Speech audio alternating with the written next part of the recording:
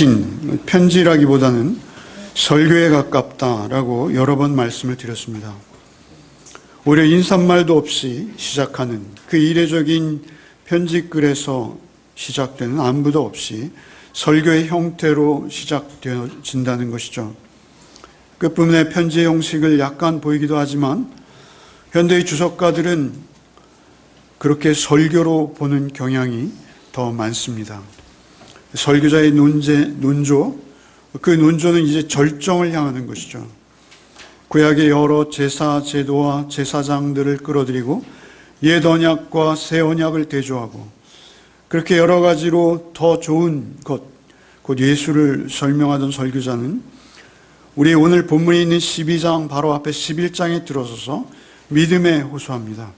믿음은 바라는 것들의 실상이요 보지 못하는 것들의 증거니 이로써 선진들이 칭찬을 얻었느니라 라고 말씀하시고, 믿음이 없이는 하나님을 기쁘시게 하지 못하나니 하나님 앞에 나가는 자는 상 주시는 하나님을 바라봐야 된다, 이렇게 말씀하시는 것이죠. 그리고 우리의 믿음이 모범이 되었던 우리 믿음의 선진들을 쭉 열거하십니다. 아벨, 에녹, 노아, 아브라함, 이삭, 야곱, 모세, 사사들과 다윗, 사무엘과 선지자들, 그들을 모두 언급하시다가 결국 한 말씀으로 집약되는 것이죠. 우리도 잘 알고 있습니다만 예수를 바라보라는 것입니다.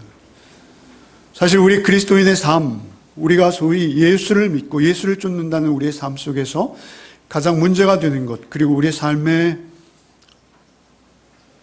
위기가 오는 것, 그리고 우리 삶이 그리스도인답지 못한 삶을 살게 되는 것, 모두가 다 한 가지 처방이 있는 것이죠.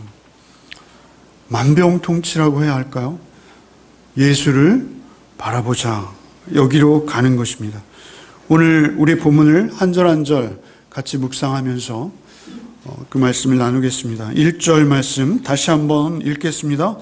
이러므로 우리에게 구름같이 둘러싼 허다한 증인이 있으니 모든 무거운 것과 얽매이기 쉬운 죄를 벗어버리고 인내로써 우리 앞에 당한 경주를 하며, 이렇게 말씀하시죠. 히브리 설교자는 그 회중들을 경기장 안으로 인도하고 있습니다.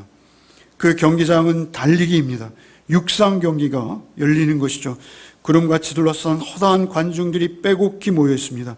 믿음의 계주가 열리는 것이죠. 계주는 바톤 터치를 하는 달리기입니다.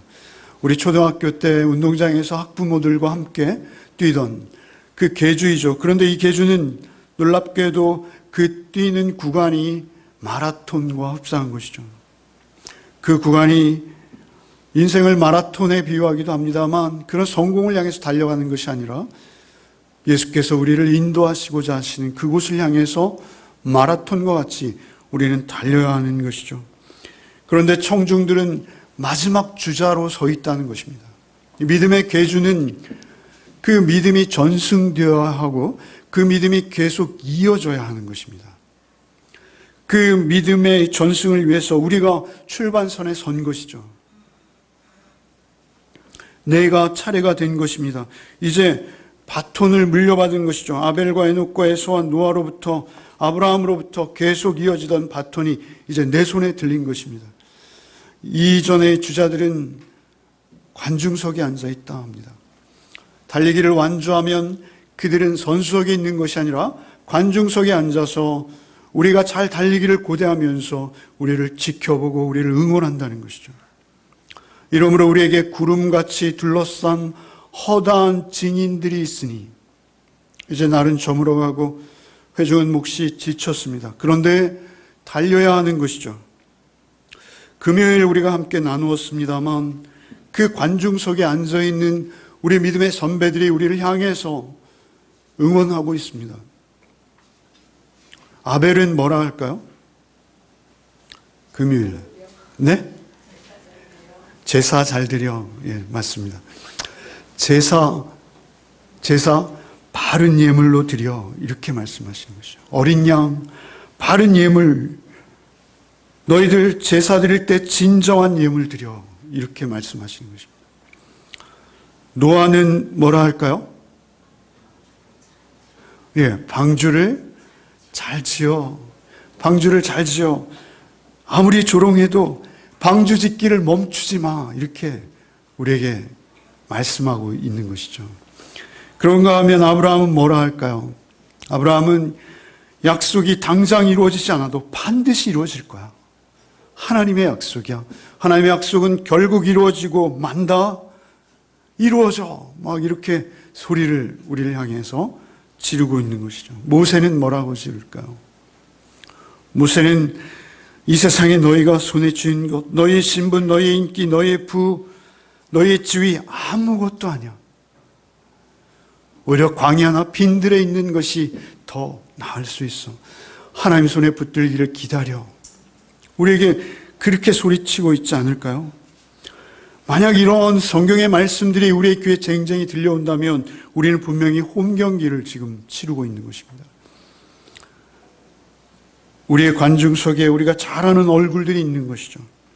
저의 경우는요, 저를 그토록 사랑하셔서 늘 업어주셨던 할머니가 계시다고 합니다.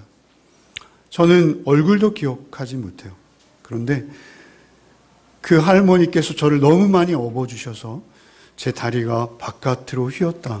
이렇게 저희 누님이 말씀하십니다. 그렇게 저를 업어주시는 할머니, 저를 등에 늘 달고 계셨다는데요. 저는 죄송하지만 얼굴도 기억나지 않아. 그런데 이제 손주를 낳아보니까 알겠어요. 그 할머니께서 저를 위해 기도하시지 않았겠어요? 저희 등에 업고 하나님 예수 잘 믿는 손주 되게 해주세요. 이렇게 기도하지 않으셨겠어요? 이 경기는 심각한 경기입니다. 우리의 생명이 그 경기의 결과에 따라서 달라지는 경기죠.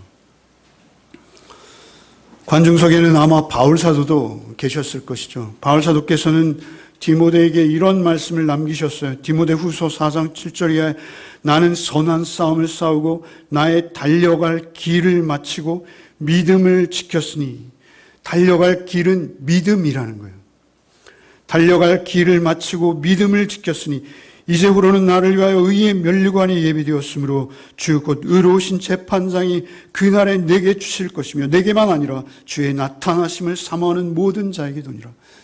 그 상을 받으려고 그토록 달렸고 그 믿음으로 달렸고 이제 디모데에게 그런 말씀을 하시는 것이죠. 유언과 같이. 근데 사실 사도의 심정이 더 잘 드러난 곳은 빌립보 3장 14절 이하가 아닌가 여겨집니다. 표대를 향하여 그리스도 예수 안에서 하나님이 위에서 부르신 부름의 상을 위하여 달려가노라. 바울 사도께서도 그 관중석에서 달려 우리를 향해서 표대가 보이지 않니? 이렇게 우리를 향해 외치고 계시는 것이죠. 이 경기는 우리에게 스펙을 요구하는 그런 경기가 아닙니다. 이 경기에 어떤 조건으로 하는 경기가 아닙니다. 이 경기에 1등을 뽑는 것이 아니라 완주하는 자를 주님께서는 품으시기 원하시는 것이죠. 영원히. 우리의 삶의 목적은 인기를 얻는 것도 아니고요. 좀 더 많이 차지하는 것도 아니고요. 좀 더 힘과 영향력이 있는 자리에 가는 것도 아닙니다.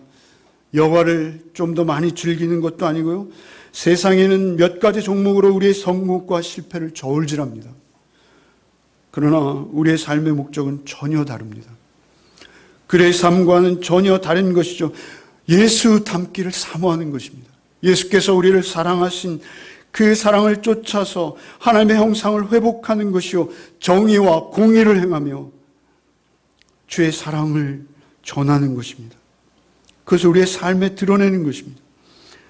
오히려 세상에 주는 이런 것들을 벗어버리라 합니다. 모든 무거운 것과 얽매이기 쉬운 죄를 벗어버려라 이렇게 말씀하십니다. 당시에 달리기 하는 분들은 달리기 경기가 굉장히 많이 열렸다고 합니다. 가장 인기 있는 종목인 것이죠. 달리기에 방해가 되게 옷을 다 벗은 채로 달렸다고 합니다. 부끄러움을 무릅쓰고 달리기에 방해가 되죠. 그때 당시의 의복은 달릴 수 없는 의복입니다. 그래서 그들은 그 의복을 벗고 말이죠. 최선을 다해서 부끄러움도 모른 채 최선을 다하는 것이죠. 우리는 이렇게 말합니다. 이 정도는 괜찮아. 이건 죄가 아니야. 이건 인정하실 거야. 오늘 수고했잖아. TV 좀 보자. 오락, 우리의 문화, 건전하지 않은 책들, 또 우리의 말초신경을 자극하는 영화들, 엄청난 시간과 우리의 정성을 들이고 우리의 귀중한 생명을 그곳에 쏟아붓는 것이죠. 우리 판단해야 합니다. 이게 내 생활에 도움이 되는가? 이게 주님 안에서 나의 습관과 관심사가 어떠한 자리에 있는지, 이것이 죄 문제일 때는 참으로 무서운 상황이 될 수 있습니다. 얽매이기 쉬운 죄를 벗어버려야 하는 것이죠. 경로를 이탈하기 때문입니다. 아주 넘어지는 것이죠. 크게 넘어지는 것입니다. 다시 일어날 수 없을 만큼 넘어지는 것이죠. 다윗과 같이 참으로 만신창이로 넘어졌지만 일어나는 분이 있습니다. 그러나 그런 경우는 엄청난 대가를 치르면서 피투성이가 된 채 다시 일어나는 것이죠. 우리는 그것을 잘 압니다. 그가 처음 그 죄에 얽매이게 된 사건은 굉장히 사소한 것이죠. 동료들이 전쟁에 나갔을 때 조금 더 여유를 갖고 말이죠. 시간을 즐긴 것이죠. 그러나 그는 피를 철철 흘며 쓰러질 수밖에 없었습니다. 우리에게 얽매이기 쉬운 것, 그것을 우리가 벗어버리는 것은 2절에 있다고 합니다. 2절을 함께 같이 읽겠습니다. 믿음의 주여 또 온전케 하시는 이 예수를 바라보자. 그는 그 앞에 있는 기쁨을 위하여 십자가를 참으사 부끄러움을 개의치 아니하시더니 하나님 보좌 우편에 앉으셨느니라. 길은 이미 예수께서 만드신 것이죠. 예수님께서는 경주로를 처음 만드신 분입니다. 주님께서는 내가 곧 그 길이다라고 말씀하셨어요. 뿐만 아니라 주님께서는 동시에 선두주자로 그 앞을 달리신 분입니다. 길을 만드시고 길을 따라 선두로 먼저 달려가신 분, 그분은 예수이십니다. 그렇게 그분은 우리에게 그 길을 알려주실 수 있습니다. 주님께서 우리에게 믿음을 온전하게 하실 수 있는 분이라고 말씀하십니다. 온전에 대해서는 우리가 지난주에 깊이 살펴보았습니다. 주님만이 우리를 온전케 하십니다. 그분을 우리가 바라보며 주님을 따라서 달리는 것이죠. 끝까지 달리셨기에 우리가 어떻게 달려야 될지 아십니다. 우리의 경기를 처음부터 가능하게 하셨던 분이시기에 더욱이 완주할 수 있도록 우리를 능히 도우실 수 있습니다. 우리가 긴 언덕에 올라가다 지치고 헐떡일 때 우리가 그 언덕을 어떻게 오를 수 있는지 주님은 우리를 아십니다. 우리의 손을 잡으십니다. 우리가 지쳤을 때 우리가 회복하는 방법, 우리가 인내하며 주께서 주신 안식을 얻는 방법. 수고하고 무거운 짐진 자들아 다 내게로 오라. 내가 너희를 쉬게 하리라. 중간중간 우리를 쉬게 하시는 분, 그러면서도 우리를 끝까지 붙들고 계시는 분, 예수께서 이 달리기를 하실 때 받으실 상을 보았다고 하십니다. 오늘 본문에 그 앞에 있는 즐거움에서 눈을 떼지 않으셨다는 것이죠. 예수의 최종 목적지는 하나님 보좌 우편이었습니다. 자신이 하나님 보좌 우편에 앉는 것뿐만 아니라 쫓아오는 우리를 함께 데리고 우리를 품고 우리를 안고 함께 앉으시는 것입니다. 자기를 따르는 많은 이들에게 그 영광에 이를 수 있도록 주께서는 결승전을 통과하시면서 이미 지나왔습니다만 히브리서 2장 13절 말씀처럼 볼지어다 나와 및 하나님께서 내게 주신 자녀들이라 라고 그렇게 외치시고 싶으신 것이죠. 이를 위해서 주께서는 십자가의 고통을 참으셨다 하지 않고 십자가의 부끄러움을 개의치 않으셨다 이렇게 말씀하십니다. 여러분, 우리가 육체적인 고통도 우리에게 큰 고통이죠. 십자가에 죽는 것은 말로 할 수 없는 고통일 것이죠. 그 흉한 채찍과 살이 뜯겨져 나가는 매질, 그 가시관, 숨이 끊어지는 그 고통. 그러나 사실은 그 고통보다 더 두려운 것이 있습니다. 그것은 부끄러움입니다. 여러분, 우리가 만약 사형집행관에게 끌려나가는 사형수가 되었다고 생각해 보십시오. 죽음도 우리에게 수치이지만 그 자체가 엄청난 고통이고 수치입니다. 자연적인 질병이나 교통사고로 예수께서 돌아가신 것이 아닙니다. 예수께서는 이단자가 되었고 범죄자가 되었습니다. 극도의 수치인 것이죠. 사형수가 되었다는 것만으로도 우리는 참을 수 없는 수치입니다. 주변 사람들에게 드러나는 것이죠. 인간이 경험할 수 있는 가장 끔찍한 그 감정의 격변은 우리는 상상할 수 없습니다. 사람들의 비난하는 눈빛, 벌겨 벗겨 높이 달려질 때 나를 향해서 집중되어지는 그 눈빛, 아무 저항도 할 수 없이 고스란히 벌겨 벗긴 채 자기의 모든 것이 드러내야 되는, 모든 것이 드러나는, 주변 사람들은 그 밑에서 말하는 것이죠. 도대체 무슨 일이야? 저 사람은 어떻게, 얼마나 끔찍한 죄를 졌길래 저기까지 갔어? 고개를 돌리는 것입니다. 지나가던 사람까지 머리를 흔들며 욕을 퍼붓고요, 그 비난과 모욕의 눈빛을 고스란히 받는 것이죠. 그 당황과 수치심과 모멸감, 그 부끄러움, 당시의 대중의 존경과 사랑을 받던 종교 지도자들까지 합세해서 그를 조롱하며 주님의 나약함을 비웃고 심지어 함께 달린 죄수조차 예수를 조롱하는, 인간의 최소의 존엄성도 보장될 수 없는 사형집행인들이 그 경멸의 눈빛을 보낼 때 그 눈빛을 피할 수 있도록 십자가 처형되는 자에게 눈을 가느다란 천으로 가려주는 것, 굉장한 자비였다고 합니다. 요즘 우리가 인권시대를 살기에 흉악한 범죄자라 할지라도 얼굴을 언론에 노출시키지 않도록 배려하는 것을 우리가 보지 않습니까? 하지만 예수님은 어떤 가리개도, 흉악범도 아니신 그분이 어떤 도움도 받지 못한 채 홀로 그 부끄러움을 고스란히 감당하시는 것이죠. 그 앞에 있는 기쁨, 그 앞에 있는 기쁨은 당신이 하나님 보좌 우편에 앉는 것도 있지만 우리를 구원하시고자 하신 것입니다. 그 앞에 있는 기쁨은 그런 부끄러움을 개의치 아니하신 것은 나를 구원하시기 위해서, 오히려 그 십자가 밑에서 조롱하며 오히려 죄가 우리를 휘감을 때 우리는 의로운 척 그 밑에서 죄값을 치르시는 주님을 향해 오히려 삿대질을 했을, 그런 우리를 구하시기 위해서 주께서는 부끄러움을 개의치 않으신 것입니다. 성소의 휘장을 찢으시고 우리를 하나님의 임재 가운데 초청하시기 위해서 주께서는 그 부끄러움을 참으셨습니다. 달리기로 표현한다면 주님께서는 극히 절제된 모습으로 그 사랑이 많으심에도 강력함을 잃지 않으시고 자비로우시면서도 산 같은 믿음을 가지고 그 자리에 서신 것입니다. 그 주님을 우리가 바라볼 때마다, 그 주님을 우리가 묵상할 때마다 우리는 우리의 운동화 끈을 질끈 동여매지 않을 수 없는 것입니다. 우리의 삶 속에서 우리가 바톤을 쥐고 힘있게 그 달리기를 멈추지 말아야 되는 것입니다. 우리로 하여금 뒤로 물러나 침륜에 빠지지 않게 하시는 주님, 오직 그 주님을 바라보셔야 합니다.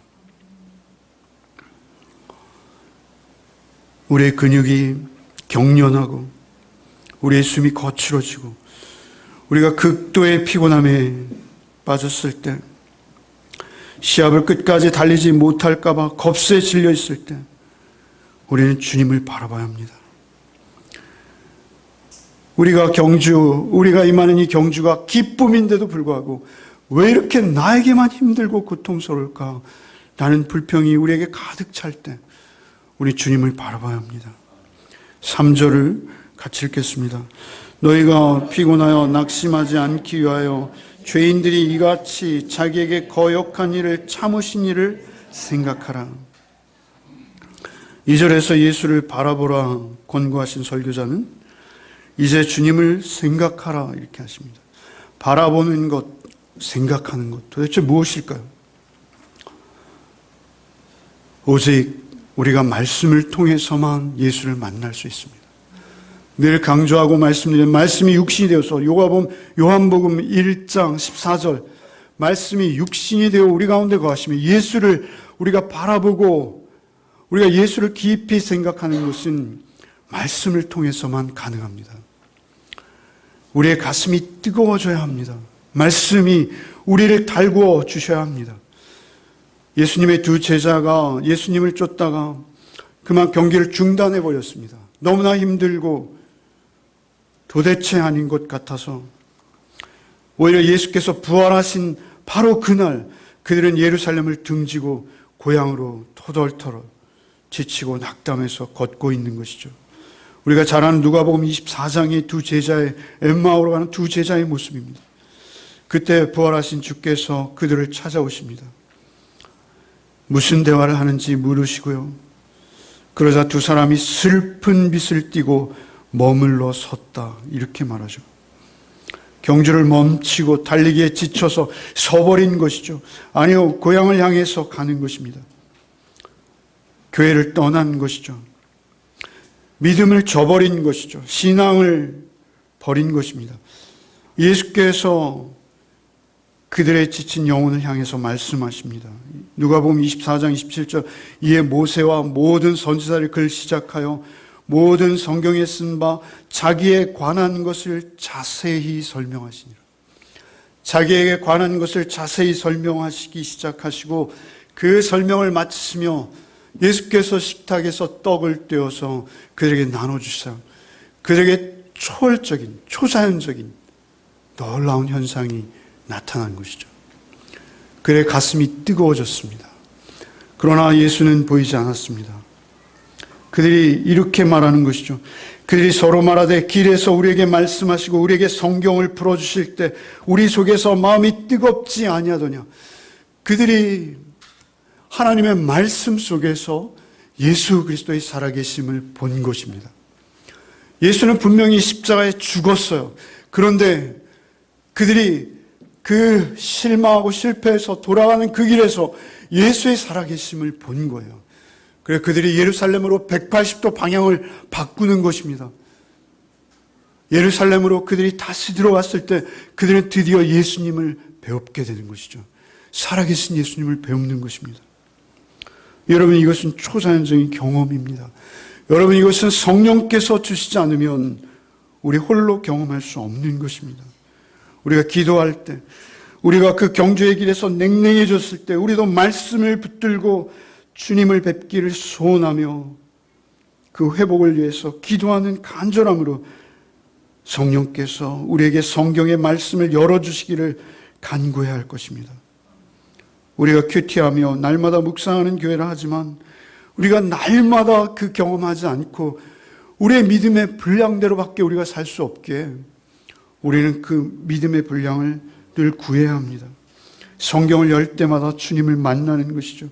나를 위해 십자가 지신 그 부끄러움을 개의치 않으신 주님이 오늘도 나를 찾아오셔서 나를 새롭게 하시고 나를 당신의 소유로 하시고 당신의 피로 씻으시고 그리고 주님이 다시 나를 이끄시는 주님을 성령의 도우시로 말씀 속에서 만날 때 그때 우리는 주님을 바라본다라고 말하는 것입니다.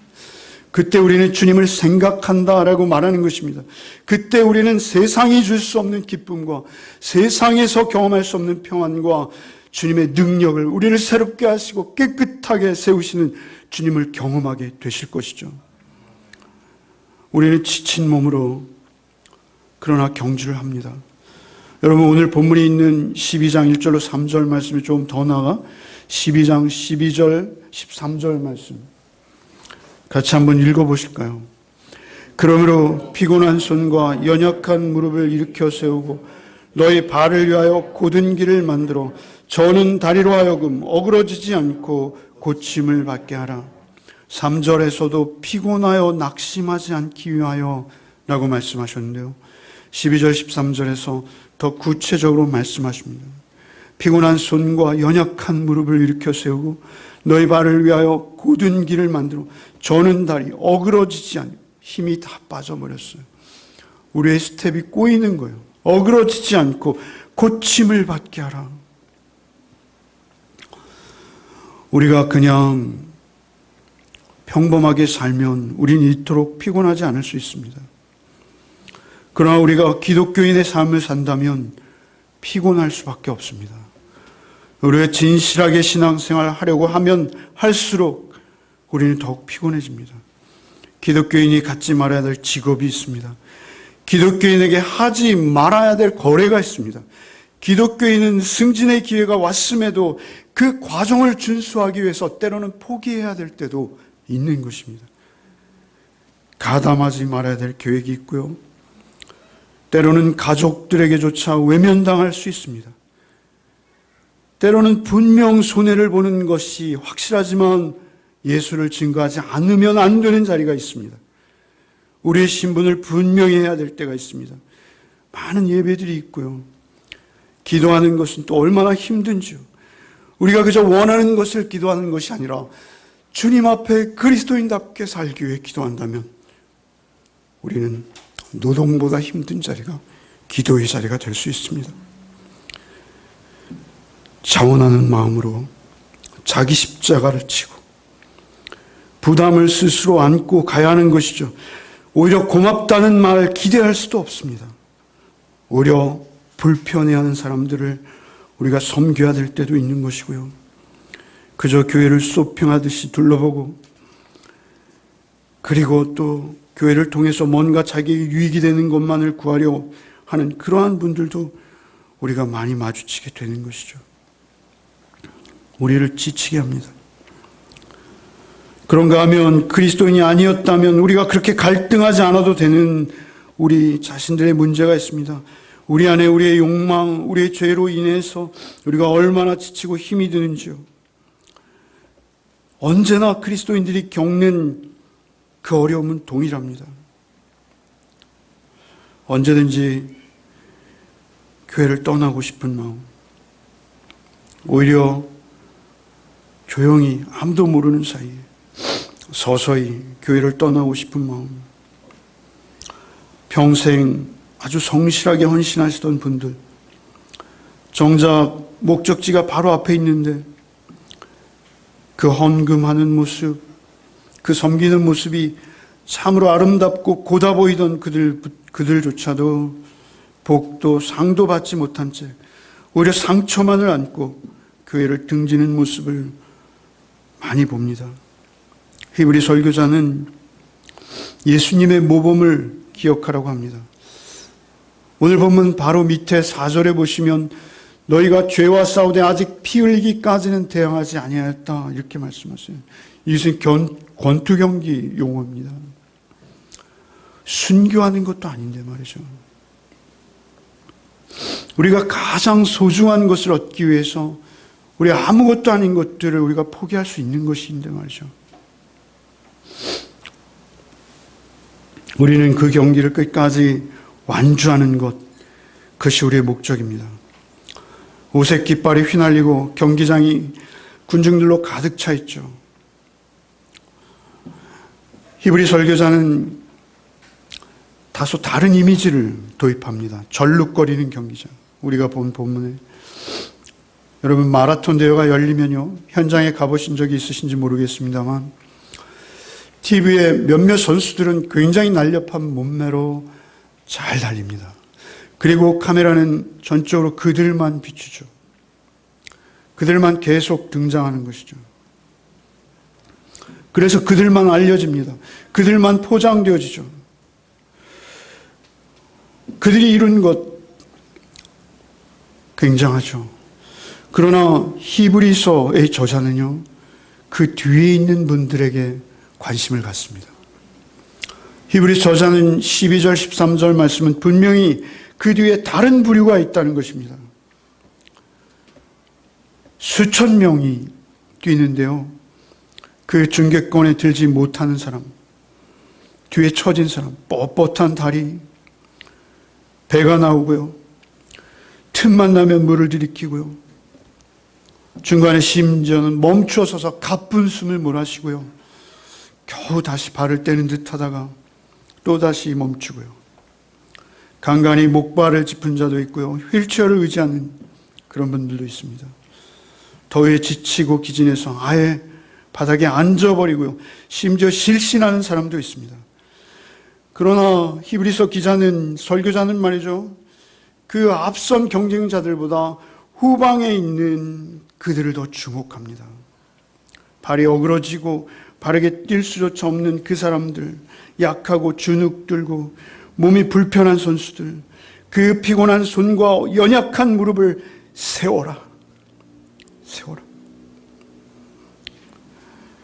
하나님의 경주는 올림픽이 아닙니다. 절뚝거리고 때로는 코스를 벗어날 수 있어도 끝까지 달리는 게 우리의 목적입니다. 거기에서 우리를 기다리시는 분들을 향해서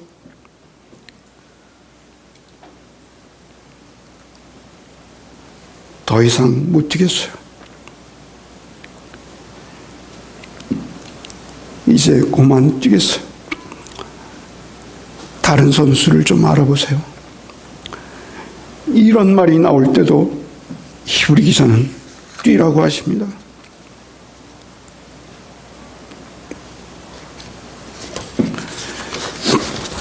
그 길을 벗어나면 안 되는 것이죠. 야곱은 하나님께 간절히 기도했습니다. 오히려 다리를 절게 되었죠. 환도뼈가 일골되어지고 지팡이를 의지하지 않으면 이제 그는 평생 걸을 수도 없이 조차 되었습니다. 그러나 그는 끝까지 달렸습니다. 심지어 바로 앞에서 그는 당당할 수 있었고요. 모든 세상을 가진 자기의 생명까지도 가지고 있을 것으로 여겨지는 바로 앞에서 그는 자신의 12아들을 축복하고 주님의 품에 안기는 것이죠. 여러분들 놀랍게도 그 형 에서가 오늘 우리 본문 바로 밑에 등장하고 있어요. 여러분 16절 말씀을 한번 읽어볼까요? 성경에서 히브리서 12장 16절 한번 같이 읽겠습니다. 음행하는 자와 혹 한 그릇 음식을 위하여 장자의 명분을 판 에서와 같이 망령된 자가 없도록 살피라. 에서를 향해 망령된 자라고 하십니다. 에서는 장자의 명분을 대수롭지 않게 여기신 것이죠. 여긴 것입니다.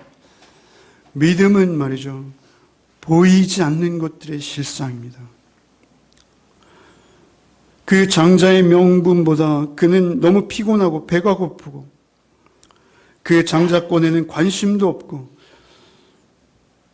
그래서 남들이 경주를 위해서 티셔츠를 받고 등번호를 배정받고 명단을 올리고 있을 때 에서는 식당에서 식판을 들고 있는 거예요. 줄 서서 기다리는 것이죠. 왜 이렇게 식사가 늦는 거야? 시합이 시작된 것도 관심이 없습니다. 혹시 우리가 이렇게 되는 건 아니죠. 우리의 교회 생활이, 우리의 신앙 생활이 이렇게 식판 들고 서 있는 자리는 아니죠. 우리의 관심은 오직 경주를 끝까지 완주하는 것에 있어야 합니다. 그리스도인의 삶을 살아내는 것입니다. 우리가 어떻게 그리스도인으로 살 것인가, 거기에 관심을 가지고 주님의 도우심을 날마다 말씀 안에서 구하시는 여러분이 되시기를 바랍니다. 자기를 부인하고 주를 쫓아 제자도를 사는 삶, 좁은 문 좁은 길 십자가를 지고 주님을 쫓는 삶, 그것은 말씀 없이는 불가능합니다. 주님의 사랑을 깊이 묵상하고 주님을 바라보는 길 외에는 우리의 삶을 끝까지 완주할 수 있는 방법이 없습니다. 십자가를 지는 삶, 오직 주님으로 인해서만 가능한 것이죠. 베드로 사도는 이렇게 말씀하십니다. 베드로전서 2장 21절, 이를 위하여 너희가 부르심을 받았으니 그리스도도 너희를 위하여 고난을 받으사 너희에게 본을 끼쳐 그 자취를 따라오게 하려 하셨느니라. 베드로 사도의 말씀과 바울 사도의 말씀은 너무 똑같아요.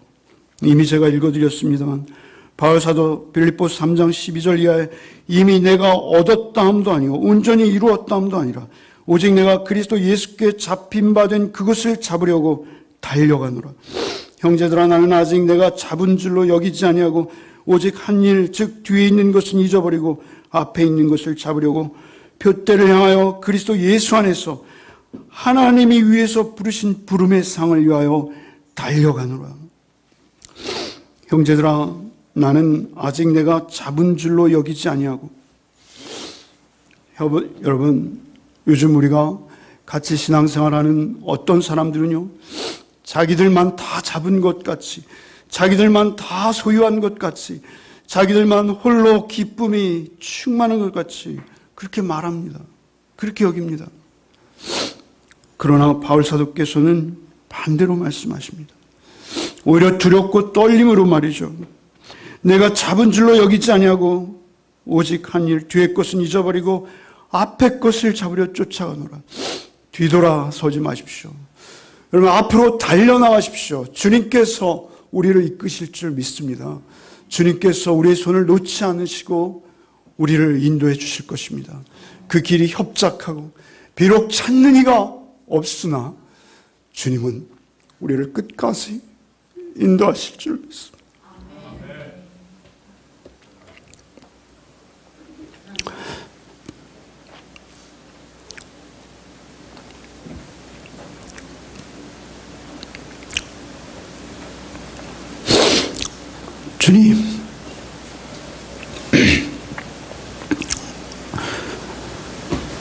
주님, 죄송한 것뿐이오나 주께서 우리의 손을 붙들고 계신 줄 믿습니다. 주께서 우리를 인도하고 계심을 믿습니다. 주님께서 먼저 달려가신 그 길을 우리가 바르게 볼 수 있게 하여 주옵소서. 주님께서 달려가신 그 길을 쫓아 우리도 주의 거룩과 주의 경건을 쫓아 그 길을 한 발 한 발 주와 동행케 하여 주옵소서. 주님만 붙잡게 하시고 주님의 뒤를 따라갈 때 주께서 말씀으로 우리를 하루하루 징계하시고 때로는 말씀으로 우리의 방향을 돌리시고 말씀으로 우리를 인도하셔서 끝까지 완주할 수 있도록 주여 우리를 붙드시고 우리를 주님 홀로 인도하여 주옵소서. 예수 그리스도 이름으로 기도하옵나이다. 아멘.